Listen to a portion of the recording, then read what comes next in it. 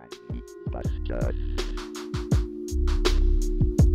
Tyranny busted. Tyranny busted.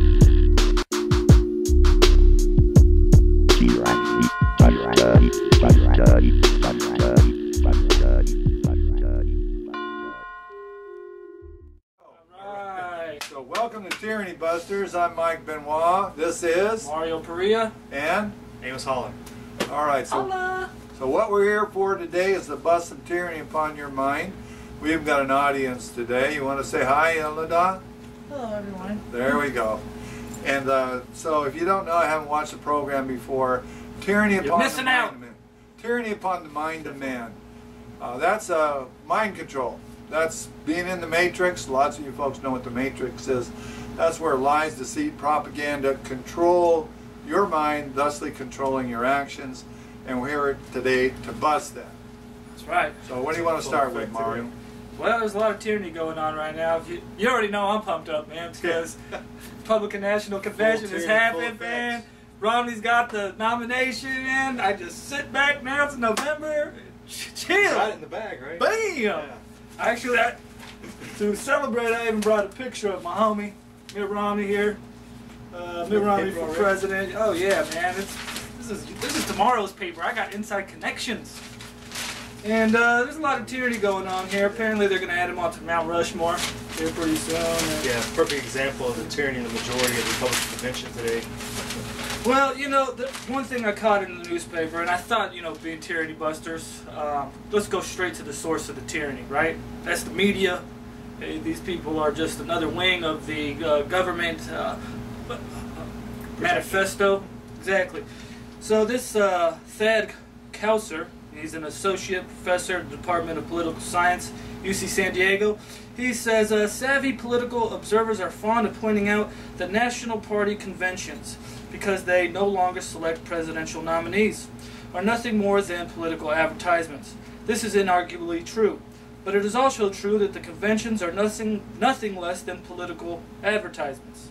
So he's saying that, I guess he's trying to say that the convention didn't mean anything. How can this man say that? That's why we chose Romney. They lost their purpose. I know there wasn't anybody else on the ballot, and you know they were kicking out Ron Paul's delegates so that they couldn't nominate him from the floor, but No, they did nominate him from the floor. They changed the rules at the last minute. Oh, well, there you go. Tyranny of the majority. Breaking the tyranny on my mind. Go ahead, Amos. Tell us about that. Well, they had the 5 states lined up. Nevada brought it to the floor with signatures from the 5 states to nominate from the floor, and they changed the rules to 8. Originally, they tried to do 10, and they moved it to 8. And that's my understanding. I mean, I didn't watch it on C-SPAN or nothing, but that's my understanding of what happened today. Is basically the Republican Rules Committee, National Rules Committee, which was not seated properly either, from what I understand. Supposed to have all committeemen present for the Rules Committee, and they didn't have the majority or all necessary members, and they passed the rules before the convention started without everybody present, thus breaking the rules of the party once again for the, I don't know, 20th time this year, or well, you whatever. know why they did that, and I got this Washington Post article here, and you know, I'm often accused of hyperbole. You know, I say these things that I feel to be accurate assessments of the way the world's going, and people say that I'm over dramatic, I'm blowing things out of proportion, and I'm really just trying to get to people's emotions and not to their reason. You're an instigator. Well, you know, so I wonder if they're going to say the same thing about this Washington Post. The article is titled, "Paul Supporters Trying to Mount Convention Floor Fight Over New GOP Rules to Limit Insurgents." Now, an insurgent, I mean, if this guy's calling, you know, the Paul and his supporters basically terrorists. If you know, if you're using it in the definition of popular culture. And so I wonder if this is considered to be hyperbole. Speaking of the rules, the new GOP rules would bind delegates to the outcome of presidential primaries and caucuses. Presidential candidates would be able to choose which delegates represent them at the convention. However, Which is the way it is in California already. right. So the concession to the activists on Monday was that the candidates would have to consult with the state parties in selecting delegates. And we already know how tight these state parties are, man, and just how ready and willing they are to listen to their constituents, I don't know if that's really accurate. I don't know what you're doing all this argument about. You know, you got your two parties. You got your Socialist Party A and your Socialist Party B. There you go with the hyperbole. You got choices here, real big time choices. Yeah, you know, you got real big time choices here. Now I've been telling you how your choices are. You got Obama, who's for TARP bailouts, and you got Romney for TARP bailouts, and you got Obama, who I think he sucks on the Second Amendment. I'm not sure. And then you got Romney, who's a D- on the Second Amendment. These guys both like the drug war. They're going to continue that going. In fact, Obama, he's doing more federal arrests and prosecutions than Bush combined, and Bush is 8 years, something like that. Or illegal arrests, not just arrests, illegal arrests. So these guys are a couple of great controllers. You got the choice between a couple of great controllers that are going to control this country to make everything a good place to live. And why are you all upset about two wonderful choices such as that? We had Michael Raub just this past week, right? Y'all see that story? What did he do? Oh, yeah. Well, exactly. What did he do? He posted something on Facebook, apparently, and they didn't like that. Yeah, you can't speak out against the government or anybody else. You can't speak out against these wonderful overlords that are going to make the world a better place. I don't know why anybody would want to speak out. I mean, in the same article, we got Paul Ryan here. He's telling those crazy constitutional, libertarian-loving Ron Paul supporters that you know, there's really no difference between him and Ron. And this is what Paul Ryan says. He says, you know, we see eye to eye on a lot of issues and believe in sound money. We believe in limited government. We believe in academic freedom. We believe in the founding principles. We believe that this is a watershed moment for America, whether or not we're going to reclaim the American idea or we're going to become, you know, a cradle-to-grave welfare state, which is where I think the president is taking us. What do you mean cradle-to-grave become? What do you mean become? What's that operative word? Been that way for a couple generations now. See, the guy's confused is all. He doesn't understand that we're already there, and he's worried about us becoming there. And he thinks we got a limited government now. And see, when he's got plans to make sure when we increase the size of government, that we limit the increase of size of government. And for you to even for a second be upset about what's going on at the convention tells me that you really think that there is a choice to begin with. Well, apparently, and you know, I don't really read the comments on here because these are all opinions, but I thought that the first comments on here jumped out at me, you know. The guy says, Ron Paul and his rabble are just sore losers. Mitt Romney won this fair and square. The Paulites should just get behind the Republican candidate and keep their mouths shut. And so, well, I think I read that too. Yeah. So the next response was, and in all seriousness, I kind of am feeling this guy whose his name is none of your business. His response to that was, I'd rather eat a bag of rusty nails than vote for Obama. So, bring on the rusty nails, man. Because I ain't voting for either of them. Well, let me ask you this then. What the heck is the difference between Ron Paul and these other guys? Why don't you tell me that? Well, the difference between Ron Paul and Barack Obama and Mitt Romney is, well, I'll just go ahead because Paul Ryan was trying to make the assertion that there was no difference in between him and Ron Paul because they believe in the same ideas. But see, there's the difference here is that Paul Ryan may believe these things, but his actions run absolutely contradictory to those beliefs. Whereas Ron Paul will stand up and say, no, not going to vote for the bailouts. No, I'm not going to vote for this bogus budget. No, I'm not going to vote for the indefinite detention of Americans. So I can't really believe that Paul Ryan believes these things because his actions speak louder than his words. And does it really matter what Paul Ryan thinks? He's not be president anyway. He has no power. He might be the tying vote in the Senate. Maybe. If. Which is the last time that happened. Well, you guys got a tyranny upon your mind, both of you. I got to explain this to you, okay? See, the difference here is that Ron Paul understands and is rooted in liberty, okay? And that, when there's a violation of your liberty, he's against it. When it's something that supports your liberty, he's for it. Now, Ryan or Obama don't understand that the government's purpose is to secure our rights, not to violate them. You got Romney, who thinks that the government can mandate that you buy a product. Oh, he loves Or it. give it to other people. Yeah, or Romney the same way. And then you got these people that they say they're worried about becoming a socialist country. What is 2/3 of the budget right now on the federal level? It's socialism. Okay, so how would you classify that as worried about becoming a socialist country Because when we you still already got are? 33% Now, not there. What is socialism? It's a violation of liberty. I got a copy here of the Universal Declaration of Human Rights, okay?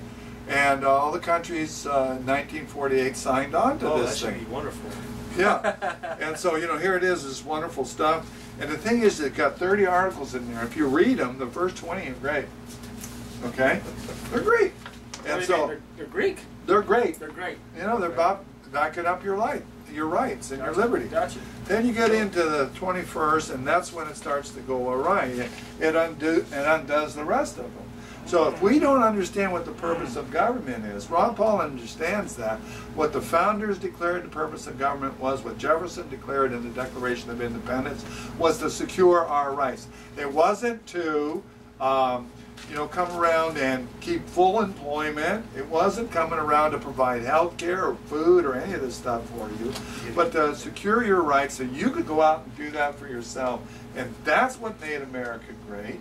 These guys think that we have the best government on the planet, and they think we need more of it. Well, if you want the government to control people, we probably do have one of the best. Yeah, we do. It's kept the sheep under control for a good 50 years now, plus. That's the difference, though. And very productively, too. That's what these to be guys able are to all about. Drag that much money out of people for that long without resistance, that's a pretty effective government. That's what these guys are all about. See, and Ron Paul's not a controller, he's an abolitionist. I'm just going to read Article 21 here. Everyone has the right to take part in the government of his country directly or through freely chosen representatives. That sounds good. Everyone has the right of equal access to public services in the country. Now, that's a wide open statement, public services in the country. So, public services, free health care. They make health care a public service. So you have a right to get something, someone else's labor, free. That's what this is saying. Sounds good to me. The will of the people shall be the basis of the authority of government. The will of the people. 51% of the people can say, this is what we want done. You know, we want to set up a system where we can take the income of the rich people. Like go back to 1913 when they set up the income tax. You know, all us good Americans, we're going, you know, that's not a bad thing. It's the rich people. Make them pay their fair share. So this is a tyranny that's coming down that we're imposing on the rich. And based on this same kind of philosophy that we can take from those that have and give it to those that haven't, because these people are entitled to a minimum standard of living. But what we condone is theft and the violation of someone's life, liberty, and property. And see, that's what they're going to say is hyperbole here, Mike. They're going to say that taxes are not theft, and that to equate one with the other is being intellectually dishonest. So that raises the question here, are taxes theft? And what is the definition of theft? See, I don't care. See, if taxes are theft, I'm not worried about taxes being theft. I'm worried about taxes as slavery, okay? And income tax is taxes as slavery, because you can't work without giving up a portion of your production to the master, the state, and that's slavery. Taxes But isn't that the price of civilization? Taxes on cigarettes or alcohol or all that, you can argue that that's theft. We went the first 100-some years without an income tax. I think we could do pretty good with that one now. Yeah. But well, we got so many more people. No, it's socialist redistribution. It's amazing roads got built before 1913, huh? Yeah, not with any of that. The income tax, see, you can't lump all the taxes together. That's a mistake. And just say they're all theft, because I think that minimizes what taxes are, the so-called taxes on income. Because that is theft, and it's taken from somebody, it's somebody's property taken from them and given to somebody else for a benefit to somebody else. Where taxes on gasoline for roads gives a benefit to you as well. You mentioned it in an email earlier. That's reciprocity or recompense. You used another word, but that you can say they stole it, but they reimbursed you. Restitution. Restitution, reimbursed you. But when they take Rich Amos's money over here and give it to a poor person over there, and say, "Look, I've done a good thing." What Rich Amos turns around and does is he says, "I'm going to charge Mario and Mike more for the product that they buy from me." And so then you start up a system of plunder where people are stealing from each other. Well, it's easy when you have a bank that prints the money for me so that I can give it back to you. Yeah, and they give it. You're at the top of the food chain. The bank prints this money, Federal Reserve, out of thin air, and you can say, "Oh yeah, the board of directors says Amos is a good guy. We'll loan him this money at 0% interest," and he turns around and loans it down the banking chain, and it gets rich and fat. And guys like Obama and Romney get benefits off of it. Are you trying to just burst my bubble here, man? Yeah. The Republican National Convention nominating Mitt Romney today. I mean, I got a cake outside waiting. I was about to bring in here, man. Well, you can bring it in and celebrate because you got a choice of two controllers that don't have a clue about liberty, because they have so much money and they're above the fray that you and I have to go through. They don't have to worry about if their engine blows up in their car, that you go down there and how am I going to pay for this or whatnot. They don't have to worry about these sorts of things because, you know, the engine blows up, they throw the car away and they get a new one. And that they live in that world, and they think that they've got this godlike power that they should be in control, and they're going to make the world a better place. They don't think that their job is to secure our rights. That's what Ron Paul thinks. And all these guys that we've been electing, we've been electing guys that say they're going to fix something. Ron Paul, what's he going to fix? He's going to fix the government by cutting it out and eliminating all those infringements on our rights. And then we can flourish and At prosper. least the best he can from his, as the executive. I mean, Right. Obviously, the congressional side is a whole different thing. We have to have the right people to do Congress's job they haven't done in X number of years, because they've allowed the executive to get away with so much for so long. Well, Congress and the executive, Amos, are the, you know, the same two sides of the same coin, Well, because they violate our rights. They're not securing our rights. Congress either one of hasn't them. checked the president to keep that from happening. No, and, well, the president That's hasn't the checked Congress's Congress. They both violate our rights. When you know, Ron Paul was criticized for not having any legislation passed. Sure. Oh, you want a guy? You say, you know, you want someone who's going to get something done. Well, when they get something done, it's to violate our rights. Ron Paul's standing up there by himself and saying, "Stop violating these guys' rights," and then things don't get passed. And so we're going, well, this guy passed this little welfare program, this little HUD program, this little money for Israel, this, that, and the other thing, things that violate our rights, and we're applauding them because we don't know what the purpose of government is. Well, no, we think the purpose of government, no, it is, you know, we think the purpose of government is to fix these problems that arise within our commerce, our dealings with each other. I was looking again through the media here, and I didn't know that in the UT Sunday paper there was an entire section about military and defense. And, I mean, there's a lot of information here that I know about this new hovercraft that's coming out here. You know, it's kind of built on the old hovercraft, and they're going to be spending a couple $100 million on getting that thing retrofitted. And I mean, this is good stuff. I'm going to get to the point here, but I wanted to go into all the good things here that you can get from this section here. There's a health and career fair for people who are in the military. Apparently at this, there's workshops on resumes, professional attire, and transcendental meditation, in case you were looking for that. That's part of a career fair? That's part of a career fair, man. And there's also, you know, the San Diego Christian Servicemen's Centers distributing bags of food to the military families each month. And I was feeling that, you know, and so there's all these good things that the military is doing, but there was this one thing here, man, that I think really speaks on what we're talking about here, and it was how the government needs to step in and fix this situation, because the economic recovery that we're in right now ranks as the weakest since World War II. Now, tell me if I'm wrong here in the tyranny that's being being thrown out there. It says, the recession that ended 3 years ago this summer has been followed by the feeblest economic recovery since the Great Depression. The ugliness goes well beyond unemployment, which at 8.3% is the highest this long after a recession ended. Economic growth has never been weaker in a post-war recovery. Consumer spending has never been so slack. Only once has job growth been slower. And then it goes on to say here, government spending and investment at the federal and state and local levels was 4.5% lower in the second quarters than 3 years earlier. 3 years into previous post-war recoveries, government spending had risen an average 12.5%. What's the post-war here? this is what I was asking myself here. You know, so they're saying here that you know, we're post-war, right? So this is, and the government's spending less because we're post-war, and this has caused the consumer spending has grown just 6.5% since the recession ended, feeblest in a post-war recovery. In the first 3 years of previous recoveries, spending rose an average of nearly 14%. But this is the kicker here, man. This is the kicker here. As weak as the recovery it is, it's nothing like what the U.S. went through in the 1930s. The period known as the Great Depression actually included two severe recessions separated by a recovery that lasted from March 1933 until May 1937.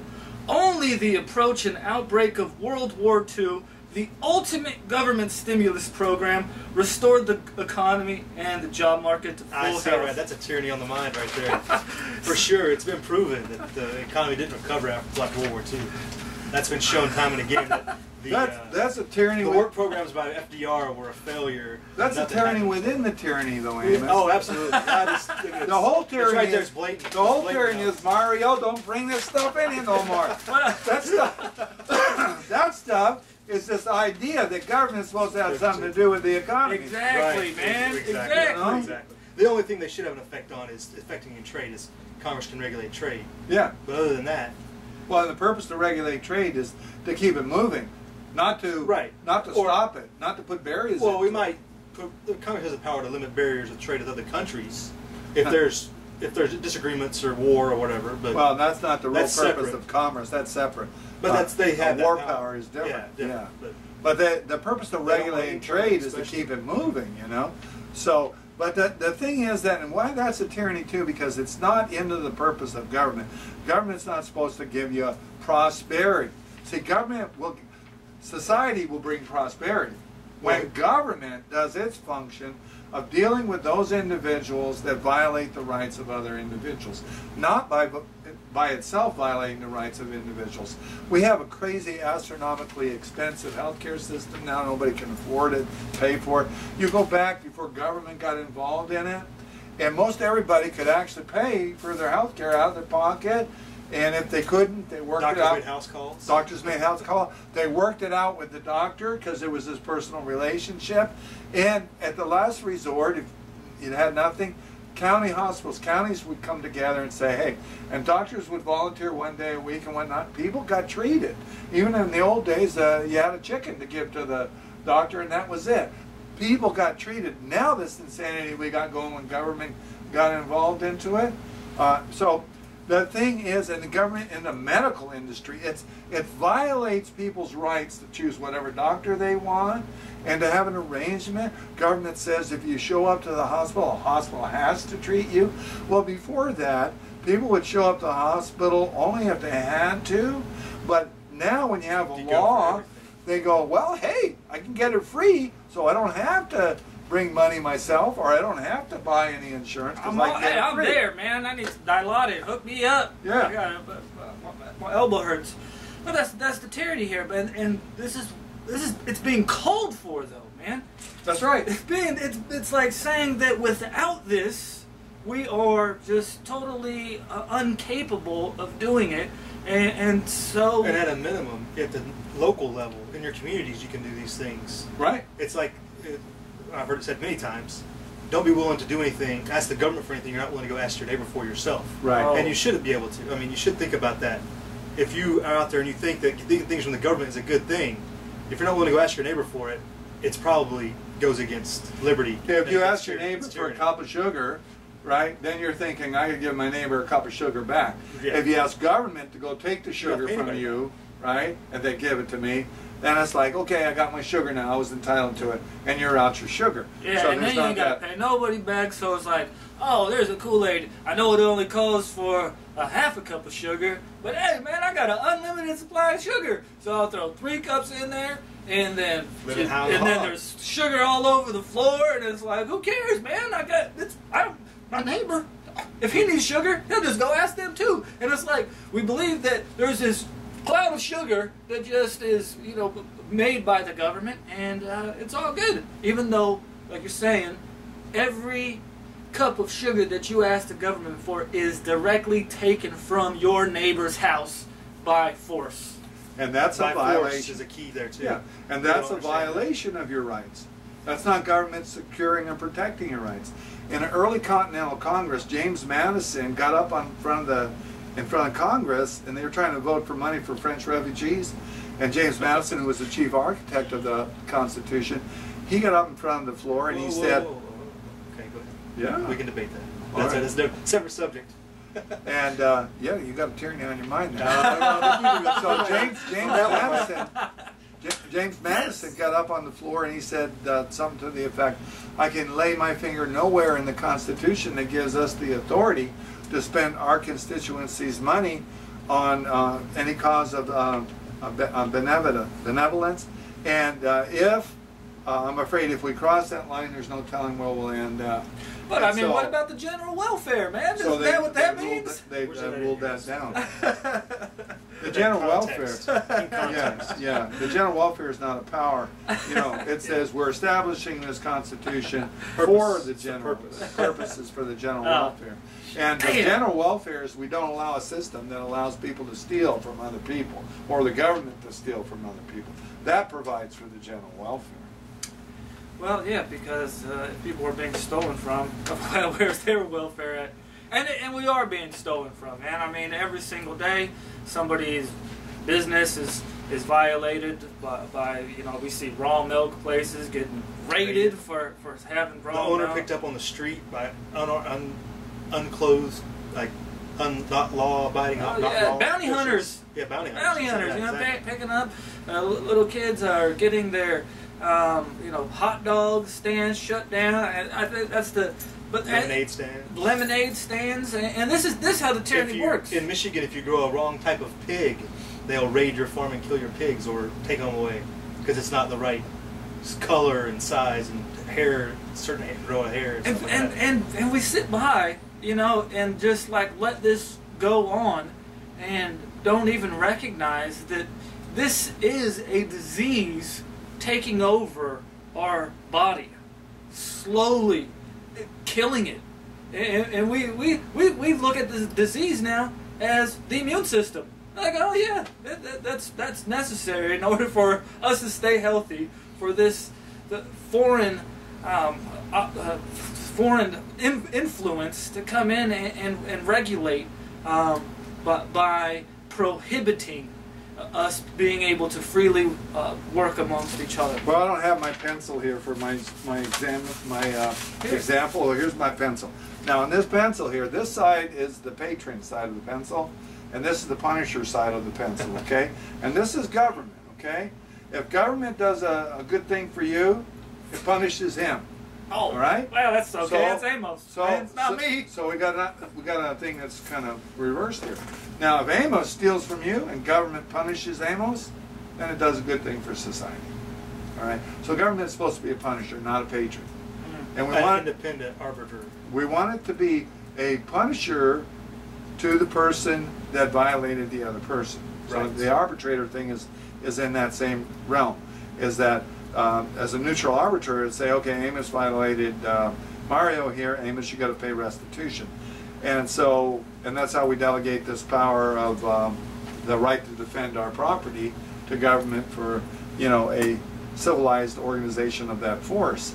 And that's the kind of force. But when it reverses that and it tries to be the patron, then it goes around and it's punishing people. And so that's when it's got it backwards. But what do people ask of their representatives? I've run for Congress 7 times. They say, what are you going to do for us? What are you going to do for us? Nothing that you don't already have. Yeah, what do you? They want you to bring the bacon home. They want you to take from another part and someone else and bring it home.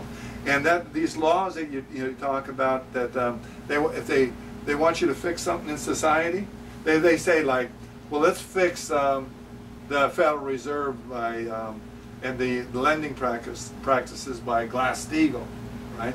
But what you're asking them to fix is something that you sanctioned in the first place that is actually a fraud. It's a fraud. It's based in plunder, and the bankster gangsters can turn the printing press, loan it down to us, and control the economy that way. Even worse, loan it to their friends, and we have no control over, no idea what they're doing. Right, but their friends loan it all the way down the chain to us. Well, at 0% interest, when they don't have to pay anything, I don't even necessarily see how that's a loan. It's like, well, we'll give it to you. You don't have to pay us back anything more than you borrowed from us, no matter how long it takes. So, yeah, that's like the Fed. But when they're loaning it down, there's 0.5% and 1%, right. So they get to make the interest off of this, and it's a good gig because I don't know if you know it or not that the banks don't pay any federal income tax or state income taxes. All Federal Reserve banks, all banks that are members of the Federal Reserve banking system, which is just about all banks except maybe some savings and loans and credit unions, don't have to pay any federal or state income taxes, and we complain about corporations not paying that, but we give these banks a free pass. But the problem is that when you ask Washington to fix a problem that it created because it violated your rights to start with, that's the insanity. Yeah, no, it is. It's that old metaphor. They come up, break your legs, and then you're happy because they gave you a crutch. And you're asking them to give you a crutch, and instead of being pissed off that they broke your legs in the first place.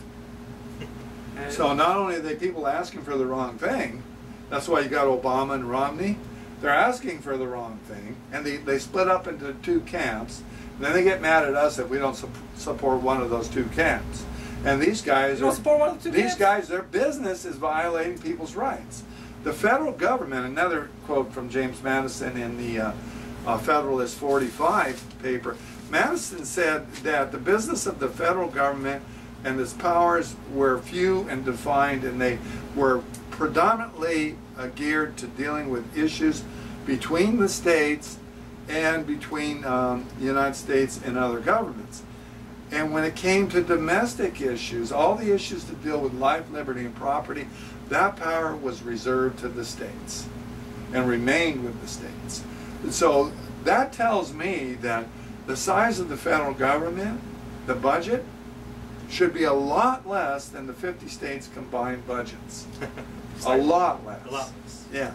So if we were on purpose there with the Constitution and the split up of power there. Now, not only do people ask to violate other people's rights, if you're with the Second Amendment group, they're going to say, we need these drug laws.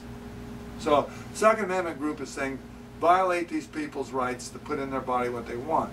Then the people that are smoking pot or doing some drugs, they're going to say, take away all the guns. So they're violating somebody's rights, and they're asking the government to do the very thing it was instituted to prevent. And so not only do we have that problem, but we got guys in our category that understand this stuff. Their problem is this. This is real money, folks. Silver, it's going to fall. This is real money, Mario. See, this is how much we spend for taking care of our life, our living, fake money our on me, property, sorry. our home and whatnot. We spend that much for that. And this is how much we spend for our happiness, like that. Oh, you got a little bit smaller. Yeah, but here's how much we spend for our liberty. But there's nothing there. Yeah, that's the problem. We don't have any freedom. Not only are we asking for government to take away our freedom, we're not doing anything to maintain our freedom. We're not. What should we be doing, Mike? Spending money? Resisting tyranny. Yeah, we should spend money if it takes that educating people. We've got lots of tools out there. I mean, I try to get people to help me educate people about the power of the jury. The power of the jury is where you can go, you sit in a jury, and you can say to yourself in your head, that's a horrible law. I'm going to vote not guilty. Now, even if the judge says, You know, you have to do what I tell you regarding the law. If I say this is the law, you can't, if you don't like the law, you have to vote for new representatives. Poppycock.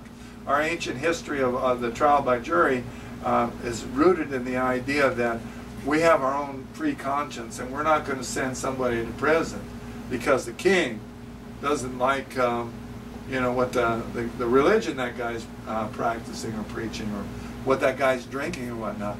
So you can just sit there and say, no, I'm not guilty. And they can ask you all day long, well, why he did it? Obviously he did it. I don't think he's guilty. And that's all you have to say, and that's the end of the story. And educating people with this power. Jefferson said that the strongest anchor yet devised by man against tyranny and government is the jury. It has been educated jury, though, obviously. Has to be educated. Well, and yeah, let's get into the educated definition. Liberty, not law. Let's get into the definition of an educated jury. I mean, isn't that one of the responsibilities of a judge is to educate the jury as to what their function is here and what they should be trying to do when it comes to coming up with a determination on whether or not somebody's been guilty of a crime? Well, you can actually go way back to John Jay, one of the first, and he might have been the first Supreme Court Chief Justice.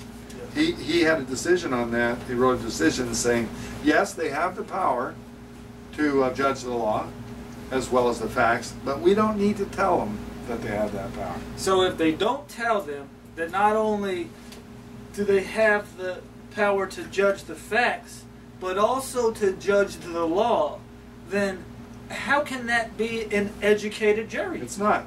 So in fact, they're miseducated. The judge tells them the opposite. Oh yeah, they say, will you judge the law as I give it to you? As I present it to you? Right, so what they're doing is they're directing a verdict right there at the beginning before the trial even happens. I mean, this is fraud. Well, it's certainly not a jury, and it certainly isn't that anchor against tyranny that Jefferson was talking about. You know, and that really makes me come to understand how responsible we all are for the tyranny that's forced upon our brethren, our sisters, you know? When it comes down to it, if you're in a court and you're in a jury and you say that somebody's guilty of some totally frivolous crime where they have done nothing to harm anybody, to violate anybody's rights, but you will still sit there and say that they're guilty of a crime, and this is where we are all responsible.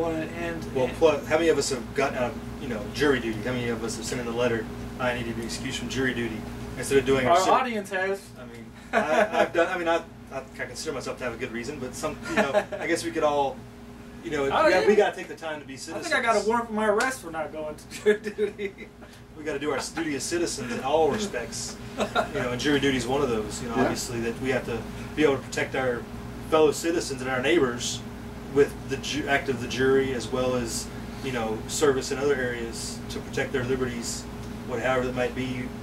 Whether activism or passing out literature or whatever, informing people, but the jury is obviously that first duty, probably that anybody can get involved in, not just serving at the state legislature or as a county commissioner or as a judge. Because you don't have to go to law school to be a judge in most places.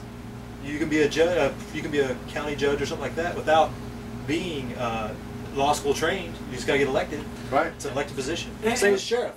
Sheriff Mack was not a law enforcement official, constitutional sheriff. Never went to any law enforcement academies. Got elected. And that's all that's required. And he did an excellent job. Right. And we see people, the power of the jury all the time. I saw this case just the other day. It was an older couple. And the man was being charged with being accomplice to her suicide. And the facts that were presented were so that it was obvious that he was part of this suicide. But the jury just felt so much compassion for the guy, for what he was going through, and had determined, I guess, I imagine this is what some of the people on the jury had felt, that they had compassion for what he was going through, and they they wouldn't give him a guilty verdict, and so a couple of them say not guilty, and he's let go. And so this is the real power of the jury here, that it can.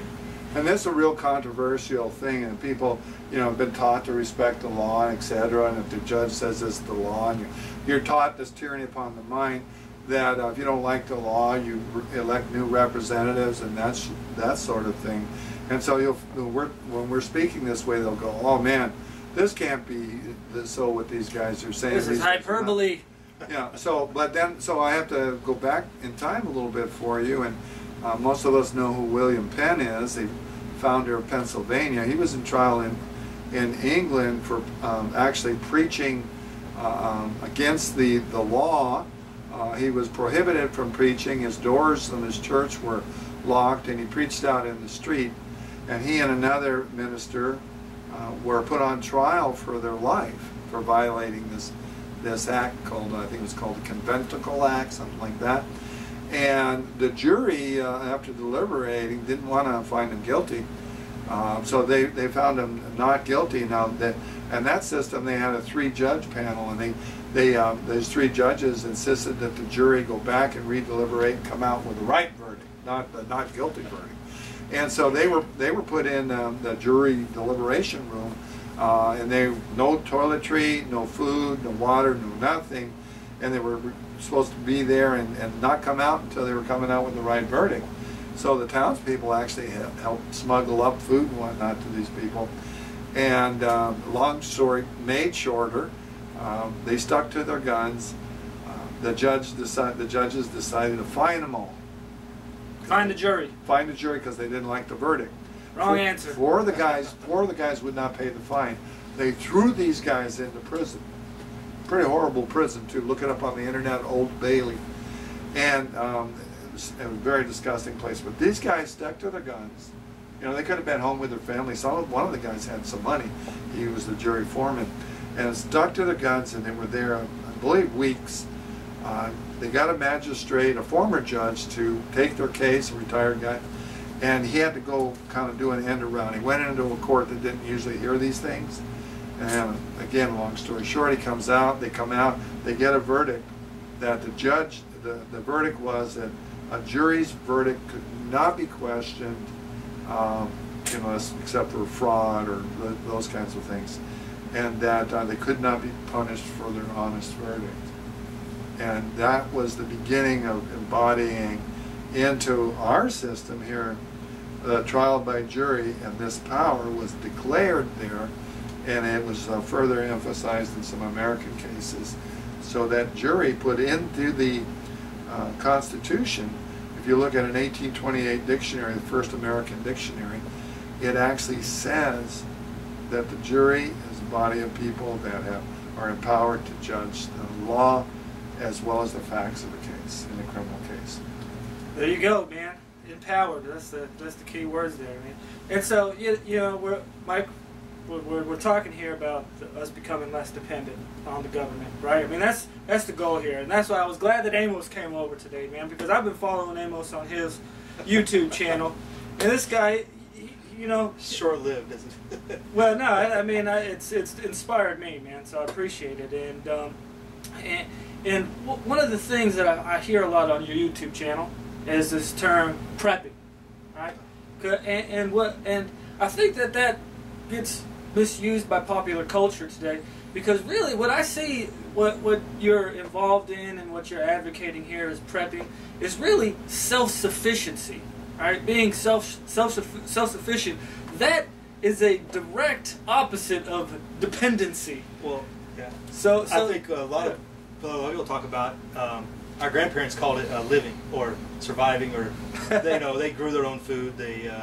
Our grandparents, our great-grandparents, it was just life to them, and a lot of people just taking it on themselves to be independent, like they were, like you're saying. And yeah, it's definitely a misnomer. I think empowered. I think it's a catch term that you see places like Discovery or Nat Geo put on something to market it. It's a marketing term more than anything. It's a tyranny placed onto the mind. Instead of being independent or resourceful, or however you want to look at it, it's considered something to categorize people into a place that maybe other people want to join them or look at that as an avenue for themselves. Because I think it definitely has a limiting factor when you use certain terms on people.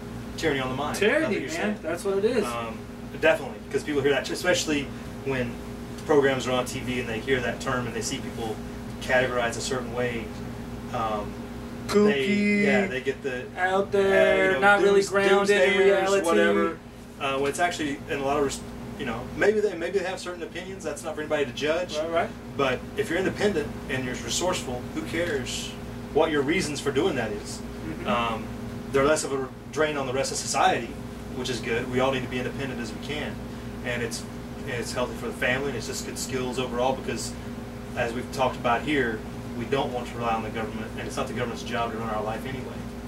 So. Yeah, and I mean YouTube, man. I didn't even realize that there's this whole section of YouTube that will teach you to be independent, self-sufficient, survival, resourceful, and this is a beautiful thing here, man. So I wanted to, just ask you, like, what are I don't know if this was something you were raised with. I mean, I see you doing all kinds of stuff on there, man. I mean, you're making your own ammo, right? You're growing your own food over here. I see you're like learning how to, or you're not learning how, I don't know if that's the proper term, but you're exercising your ability to go through harsh environments in order to get home. So like, how did you really get into that, man? Well, I think it's more of a recent occurrence. I mean, you talk about self-sufficiency, independence, it's more of a thought than, I mean, growing up we had a garden and things like that. So it's one of those things, it's a skill I think most of us at our age did learn as kids, and kind of the last 20 years or so has gone away in most of the popular culture, iPod, YouTube, whatever else has come around. But yes, the self-sufficiency was pretty prevalent in my family growing up, for sure, but moving around the country and just doing different things kind of lost a lot of that.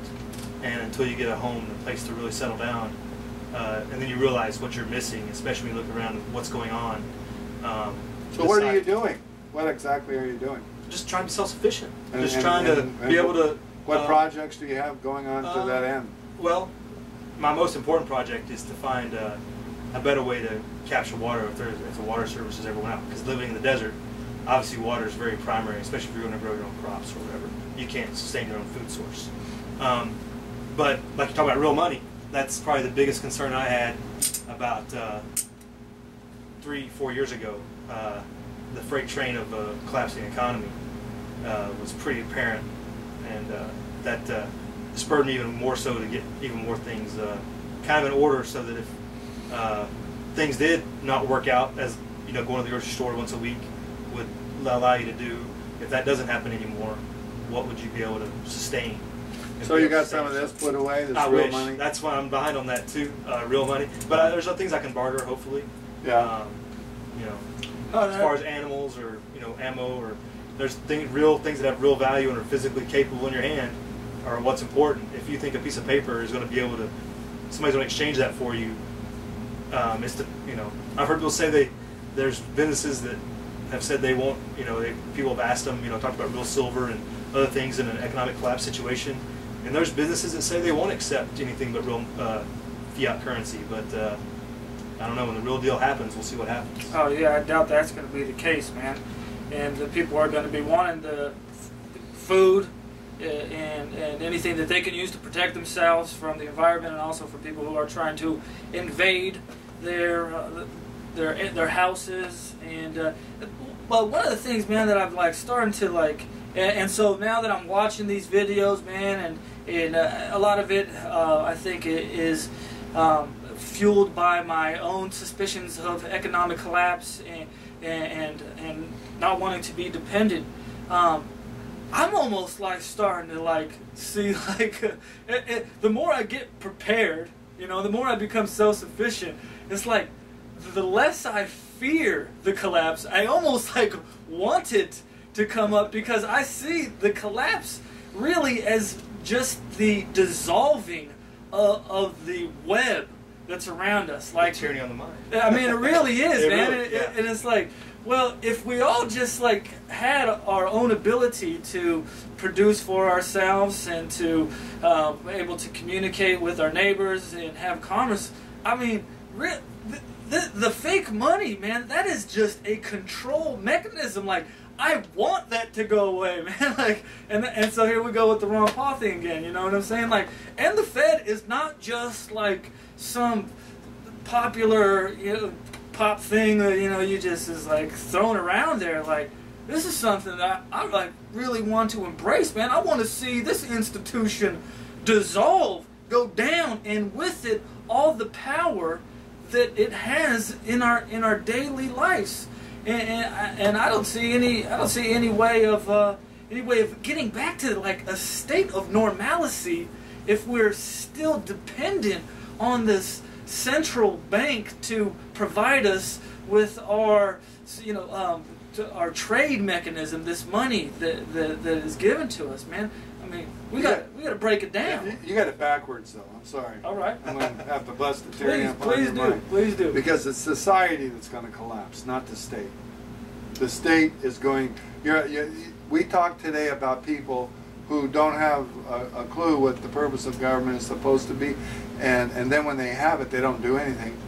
I can't get people to go show up at the courthouse and pass out flyers and tell people what their power is. So there's a genuine apathy, a welfare mentality when it comes to freedom. Very few people are doing that survival stuff you're talking about. When this society collapses, it's going to collapse into the state. Where the Soviet Union collapsed, the state collapsed because it was the state. Now we've got society that was sustaining the state. Society is what's collapsing here. So your government agencies, when society collapses, they've got all the control. They're going to issue your little computer card that's going to have your food credits on it and your permissions and all of that, and they're going to enforce it by a bayonet. So saying that you're waiting for this is... Yeah, well, no. I've talked about this, actually on one of my videos, I talked about this on YouTube, about how preppers, or people that are trying to be self-sufficient and independent, they are the future of the republic in particular, and they are the ones that are going to strengthen the community so that the community can withstand any type of collapse. And if the republic is to extend and not fall into a Soviet-style system, or move up to the power of the state, it's going to have to be those people that strengthen it and bring that along. How many of those people are out there, Amos? Well, I don't. I don't know one which. out of how many? Yes, thousands, absolutely. tens And you're of right. thousands? But also you have to look at who made the republic to begin with. 3% of the population fought the British. The rest were apathetic or indifferent and just played sides. We can't get 3% of the people to fight a traffic ticket. But it doesn't take a whole lot of people to affect when things get bad like that to bring the sheep along, because that's what they are. The sheep that are, you got 30% that are divided on the D side and 30% that are divided on the R side, and you got the 30% that are just drugged in the middle who don't do anything. How many percentage is that? Is that 90%? You got the rest and you got those that are proactive and trying to be independent, and those that are part of the control features and the mechanisms of the system. Yeah, but if we communicate like we're doing here, this is what it's going to take to fight that off. It's going to fight people getting involved and conversing with each other, doing what you're doing here, informing people, hopefully educating people, getting the word out. That's the only way it's going to happen. It's got a continuous process. And what we just covered here is actually the reason why being worried about voting for Obama or Romney is irrelevant. We've just covered that here, because that's not the solution there. They're the collapse. And being self-reliant, self-sufficient is what individuals have to do. But until they wake up to they've been asking government to do the wrong thing, they'll keep supporting Romney or Obama, or they won't do anything to fight the tyranny. And we've been, what you call, emasculated in that regard. Yeah, monetary control. I mean, that's what I talked about one of the first times we met. The main reason I got, the first time I really, I talked about 3 or 4 years ago, I read In the Fed. And it's a complete eye-opening experience. That's the most evil institution in our country. It is the main reason we have all our problems. The Fed goes away, it opens up a whole restoration of the republic possibilities. Obviously, a lot of things have to fall in place after that. It's not the end-all, be-all. You have to continue to work. There's other things that need to happen as far as constraining the government. But the Federal Reserve is the root of all that evil when it comes to the debt, the deficit, the spending in areas there shouldn't be, the welfare, everything that degrades the system and degrades our republic. It all starts there. And that's what I was saying, and I totally see what you're saying, Mike. But what I was trying to put into context is that the more I become self-sufficient, or the more I believe in myself, the less dependent I feel on it, and so that spirit of resistance seems to increase equally with every step that I take in the direction of becoming dependent on myself. Inversely proportional. Exactly. Absolutely. Exactly. And so that is the wake up.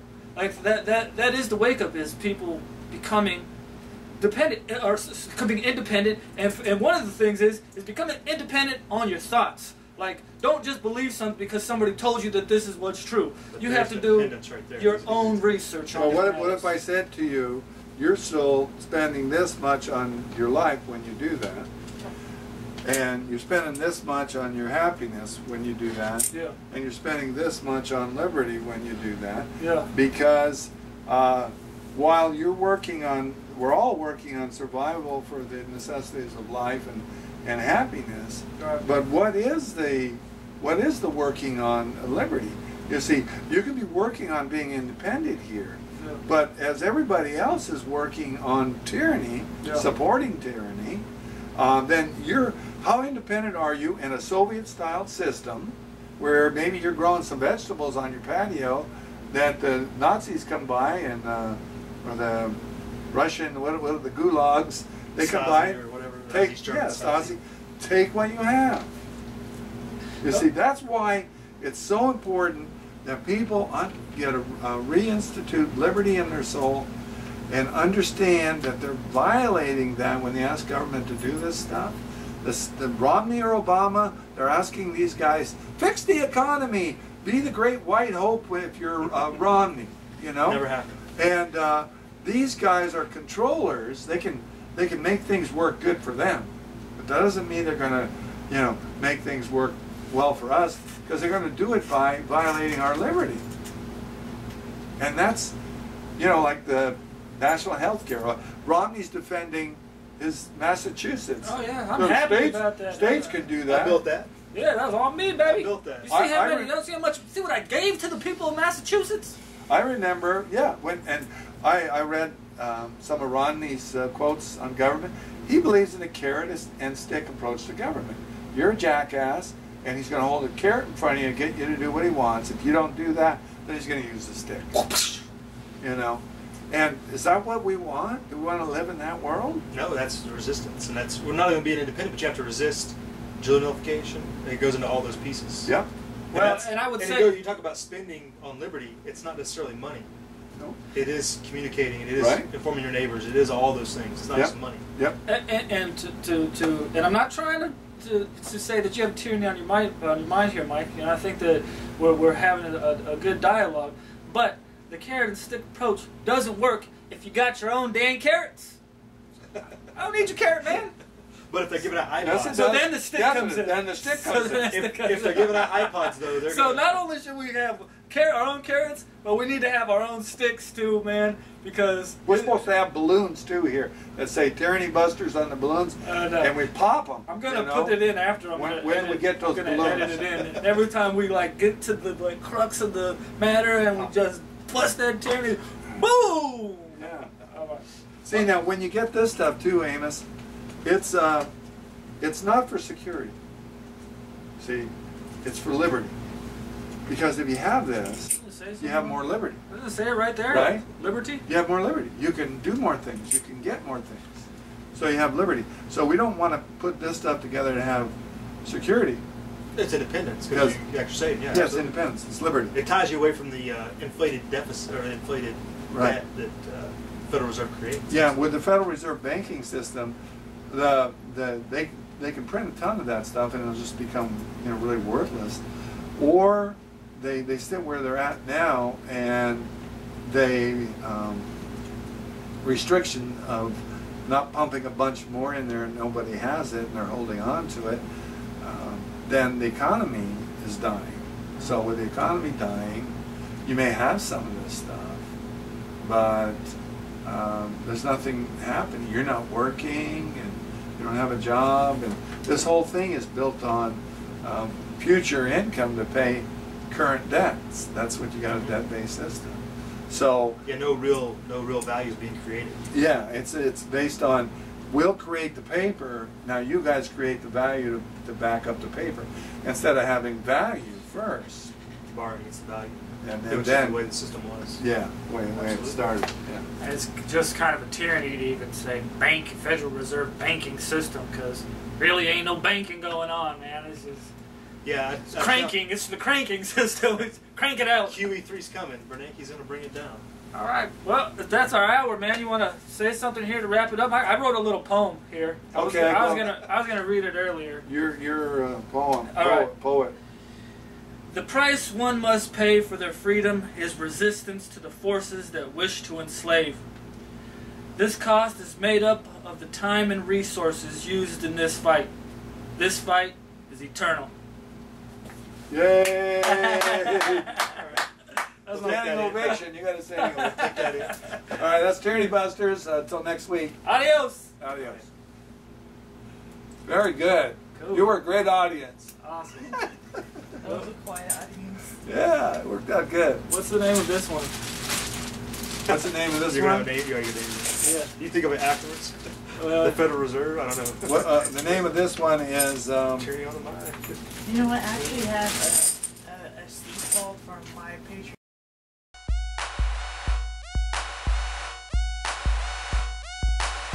Tyranny Busters. Tyranny Busters. Tyranny Busters. Tyranny Busters. Busters.